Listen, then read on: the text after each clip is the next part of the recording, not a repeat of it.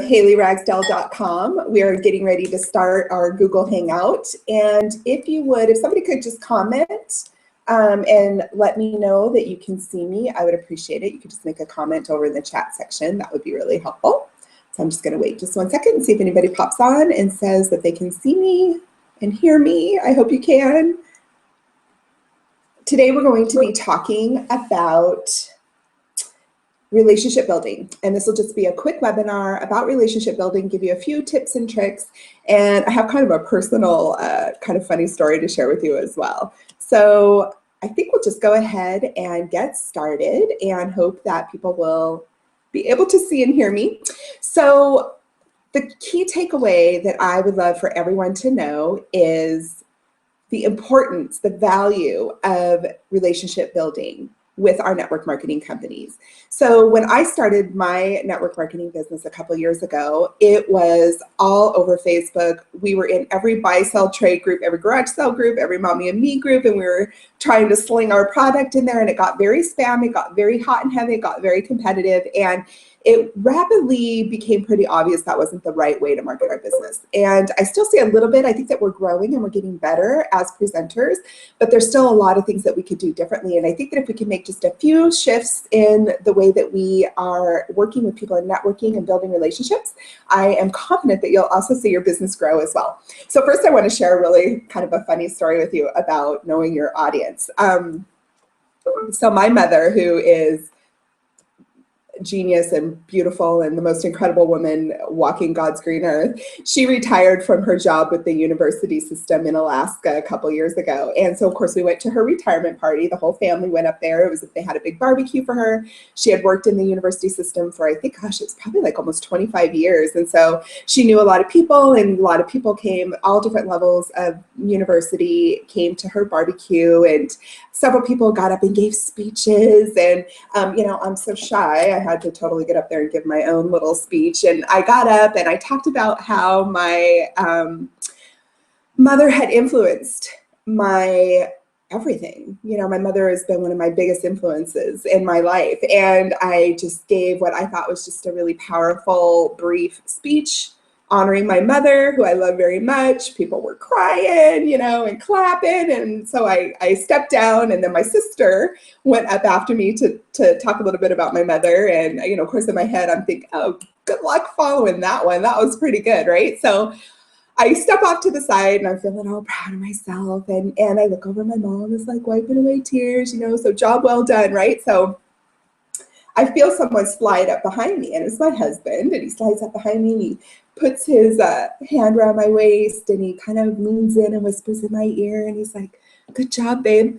And I was like, I know, thanks. You know, I was so proud of myself. And then he leans back in and he goes, way to know your audience. And I was like, what do you mean? And what I did was so my mother, incredible long list of career accomplishments, but she's not college educated, neither am I.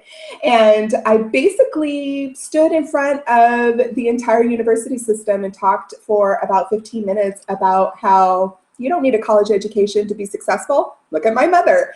Who needs to waste their money and go into college when all you have to do is have drive and motivation and willpower and commitment? You can accomplish anything. You don't need to go to college. You don't need to go to school. You don't need to waste your money. Like, that's basically was my message in front of the entire staff at the university. And so my husband was like, you know, he's like, oh, way to know your audience. You basically just told a room full of people who rely on people going to college for their income that college is stupid. And I was like, totally didn't just do that. It was crazy. I couldn't believe it. So the message in that is knowing your audience, right? And so I tell you all that to kind of segue not so gracefully into my next point, and that is this. Something I have learned now that I've been in this business for a little bit is know what, when you're speaking to someone and you're offering them the income opportunity, know what motivates them before you even have that conversation. I get emails every single day, people asking me, do you have a script? Do you have a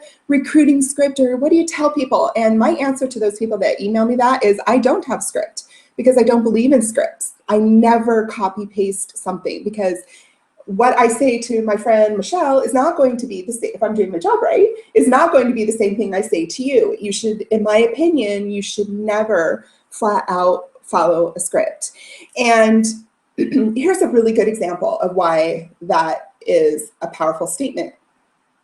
If I'm visiting with you and we're talking about the opportunity and you are somebody that is money motivated, then I'm going to absolutely want to highlight our compensation plan and the fact, how we get paid every 3 hours after every sale, and, highlight the benefits of that compensation plan. But if I take that same talk and I present that exact same dialogue, copy paste, right? And I'm chatting with a gal who is a stay-at-home mom and she has 5 kids under the age of 5, and she has all the money in the world. She has a trust fund or a husband that works, when really all she wants is a social outlet. And I'm over here talking about the income potential and the compensation plan.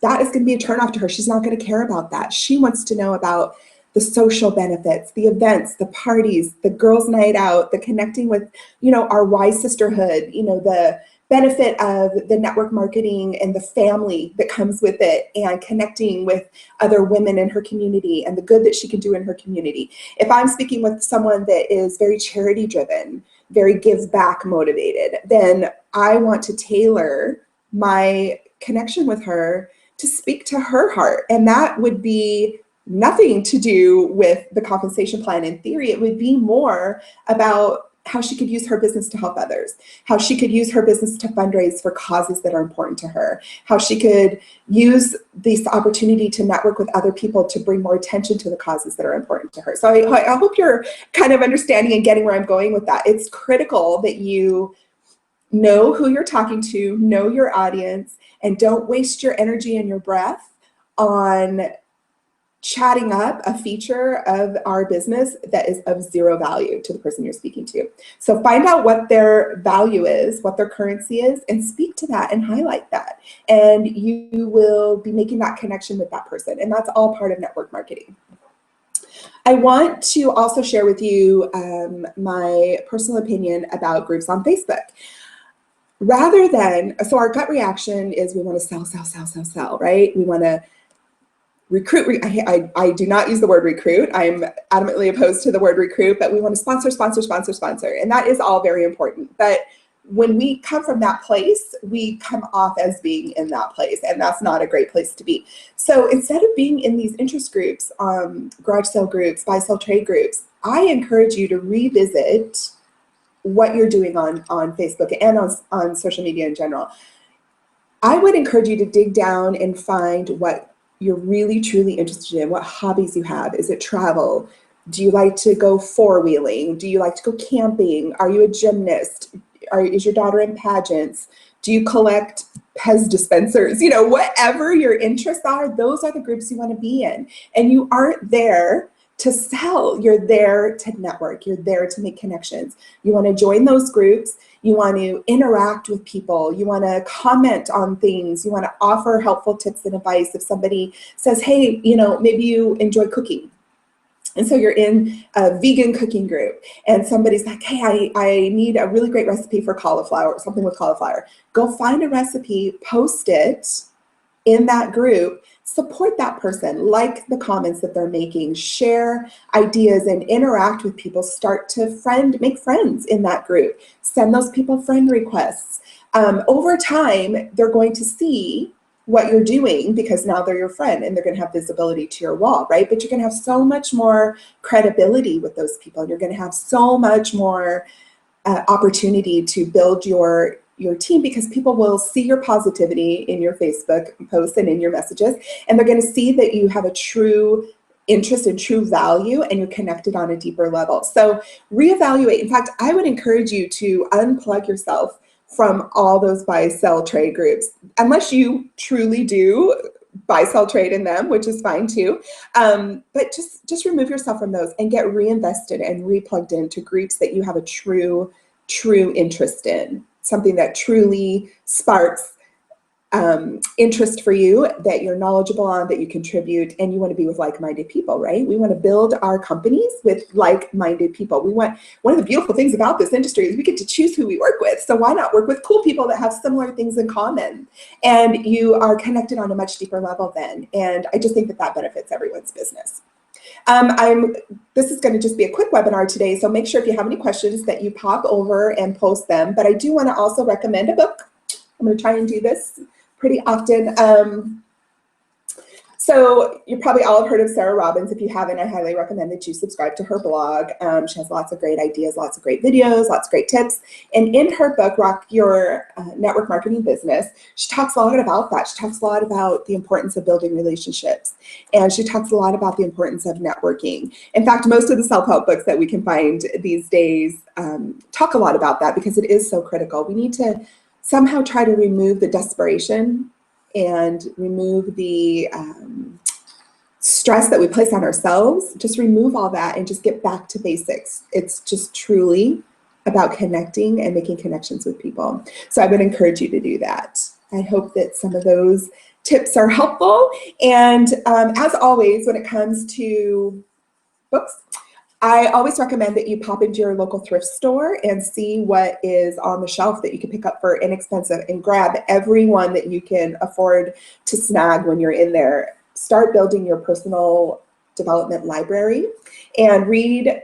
If you can just read 10 pages a day. I know we don't all have time to sit down and read an entire book, but if you could just commit to a certain number of pages a day. You can read in the drive-through, you can read on your lunch hour, you can read in the car before you head into the office, you can read during your children's nap time. Just commit to reading a few pages in the morning or in the evening or whenever you have some spare time. And if you could just do 10 pages a day, you will have kicked out a couple books a year. And start small, don't overwhelm yourself. And make sure that when you're reading these books, so you'll notice, well, you probably can't tell, but in my books, I dog ear and I highlight and I make notes and I underscore and I pull out. In fact, I folded this page in half. Oh, and I underlined this. So let me read that to you. It's from chapter 5 of Sarah Robbins' book. And she says, I want you to learn to take the pressure off when you're prospecting. Think of it this way. You're just sharing and inviting. You're sifting and sorting. I don't want you to be emotionally connected to the outcome. And I think that's genius advice. So I just highlighted that and I shared it with my team a couple times. So I just shared it with you again right now. And so let's, I'm just looking over, popping over. Oh, okay, you want to see the book again? It's Rock Your Network Marketing Business by Sarah Robbins. Available everywhere. It's available on Amazon. It's available on Sarah Robbins' website. She's also, of course, on Pinterest. She's on Facebook. She's all over the place. You can Google her and find it. I think that you could probably find it used on Amazon as well for just a couple bucks.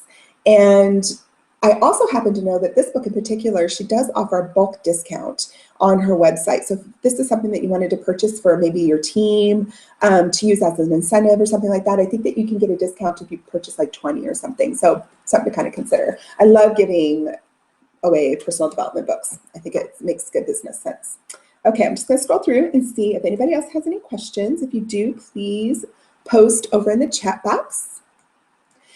So my key takeaways from this quick webinar are rethink your presence and be responsible for the energy that you bring into any space. So rethink your presence in the Facebook groups that you're involved in and start connecting at a deeper level. It's going to take time to build those relationships, but if you're doing it right, if you're doing it correctly and strong, then it will pay back over time. So start today, start right now. Get in those groups that interest you and start commenting and start adding value. You, just like with this with the business opportunity that we have, we offer so much value to people with what we're giving them with Unique. We can do the same with every aspect of our life. So make sure that what you're offering is of value. People will come back to you as a resource, and you'll find that your following will get bigger, more people will notice your posts, your exposure will be greater, and ultimately your business will grow because of that. Okay, So it doesn't look like we have any other questions. I do want to issue a challenge to you as well. As I'll just speak for myself. When I was growing my business, I worked day and night, didn't sleep. I'll go into more on that in another webinar, but I really let a lot of my personal relationships take kind of a back seat, and it's okay. I mean, I maintained them, but I didn't give them the attention that they deserved. And now I am working to rebuild some of those relationships. I would encourage you that as you move forward in your journey and building your business, that you don't forget the little people, the people that have been with you, your friends all this time, whether they choose to support your business or not. Please remember them. And I have a little challenge for you. I would challenge you to the coffee text. You probably have done this, and hopefully you've done this. Just take a look in your cell phone right now and send 3 or 5 text messages to some friends that maybe you haven't seen in a while. Nothing about your business. Just all you need to text is coffee with a question mark. And if they text you back and they want to know what's wrong or what's going on or what do you want or why do you want to have coffee, then you might know that you've been a little heavy on the business side, right? Like maybe you need to kick up the personal and dial down on the business, and just connect with those people that mean the most to you, and maintain those relationships, because they will be your biggest advocates for your business going forward and your biggest source of referrals. Okay, let's see. We have a couple questions. Somebody says they would like to start doing events, but she doesn't know where to start. Okay, and she's concerned about the expense. My advice when it comes to events, especially if you're just starting, don't do any events that strap you financially. I look for free events or events that are under $100. If they're over $100, you can maybe connect with a couple of other presenters and split that cost. You don't need to buy everything. You don't need to have one of everything. When you are at an event, the reality is that the events are more, in my opinion, are more about the networking opportunity and less about the product sales. So don't feel like you have to invest. We're an inventory-free company. It's one of the blessings of our company, right? So don't feel like you have to have a stock of everything. In fact, I discourage it. I do think you should have a few sets of mascara on hand at all times. I sell them out of my purse all day long, and you can always sell them, and they have a long shelf life. But don't invest a ton of money in inventory, in a setup. I decorate my tables and my booths from items in my home. I did get a tablecloth, and it does say unique on it, but I use picture frames, I use candle holders, I use a vase that I have in my house. I just pull things. I pull my kid's picture out of a frame and I slap a catalog inside it. You know what I mean? Like I just pull things from around me. So don't feel like you have to spend a lot of money. The key is to just get out there and just do it. And if you're nervous, maybe you're unsure, maybe you could connect with a presenter in your area that has a little bit of experience. It can be someone from another team, and you could ask if you could apprentice with them. So maybe you could just show up and just be their support, kind of learn from them. This will be a Biz Booster tip that I'm going to post at a later date, but apprenticing is a great idea. In fact, as you build your team, you should always offer to do events with your new people in your company. Let them apprentice with you, let them learn from you, be a great example. You can apprentice with somebody from another company altogether. It doesn't even need to be with your company. You know, if you know somebody that's really successful, Sensi, you know, just maybe call her up and say, hey, I'm just learning. I've never done an event before. Can I apprentice with you? Can I support you at your event so that I can kind of learn what it's all about? I love that concept, networking, working together. That's what it is all about, 100% all about is networking. So make sure you do that. How do I keep the balance with my daily life, team, etc.? I don't. It's hard. The struggle is real. You have to set business hours for yourself. There is no way around that. I fail miserably at that. I, though, figure I'll sleep later. I'll sleep a few hours a night. Some nights I get full sleep. We all have the same 24 hours in a day. Whenever somebody comes to me and they say, I don't have time, yeah, you do. You're probably just sleeping through it. I think it's Bree Richardson that says that. You have plenty of time. You're probably just sleeping through it. You just have to find, you know, where you can carve out niches of time for yourself. the first year I was with Unique and I was building my business, we never ate more crock pot meals in our life than we did that first year that we were building. So it's just pre-planning meals. It's hiring some help if you can afford to, and it's putting ownership back on your family to support you and to help you through the beginning when you're building. And then once you crest that hill and your team starts rolling, then you can kind of dial back and be plugged in. But as long as you know what your goals are and your mission and your goal is posted, and you know that every activity that you are doing is getting you closer to your goal and your family's goal, then that's what it takes. And so you have to find your own balance. Nobody can really find that for you. Everybody's life is different. Some people have a lot of little kids at home and it's challenging. People homeschool, people live remote. I had a full-time, a 40 to 60 hour a week, multiple six-figure corporate income. I had a job at the same time as I was building this business. So you can imagine that I was doing that during the day and I was doing this business at night. And I was just willing to make that commitment. So it's really up to you to find that balance. It's a challenge. Let's see if we have any other questions. Okay, I think that might be it. If anybody else has anything else, pop over real quick before we log off for the day. And I intend to be doing a lot more of these interactive webinars. I hope you find them helpful. I have a long list. My list is upstairs. I have a long list of topics that I want to cover on these. And I love being able to interact and answer some of your questions. We're going to do another one. At some point we'll do a hangout or something about work-life balance. It is so, so important. What's the best advice on sampling to your customers? That's a great question.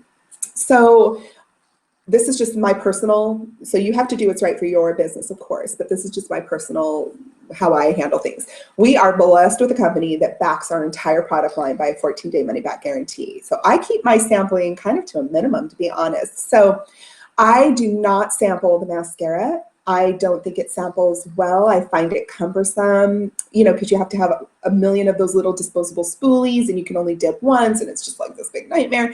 And I don't think it showcases our product well. I feel that, in my opinion, it makes it appear cumbersome, far more cumbersome than it truly is. So I don't sample the mascara at all. I just promote our 14-day money-back guarantee. So I rely heavily on that tool that the company has gifted us. If I'm doing a home party, I let people sample on the back of their hand. It kind of depends if you're doing an event in a home or a live event. If I'm doing a live event, I let people certainly look and try and feel and all that, but we don't do full-on faces at my events. It wraps you up. Wraps too much time up with one person, and then it doesn't give you the opportunity to take advantage of all the traffic at your event, right? So if somebody seems really interested and they really want to try and maybe they want a makeover, I schedule something with them for a later date and time that works convenient for them. I love doing one-on-one makeovers. One-on-one color consults and makeovers are, in my opinion, the very best way to boost your sales. In fact, I don't know that I've ever had a one-on-one makeover that I've not captured between $100 and $300 in sales from it.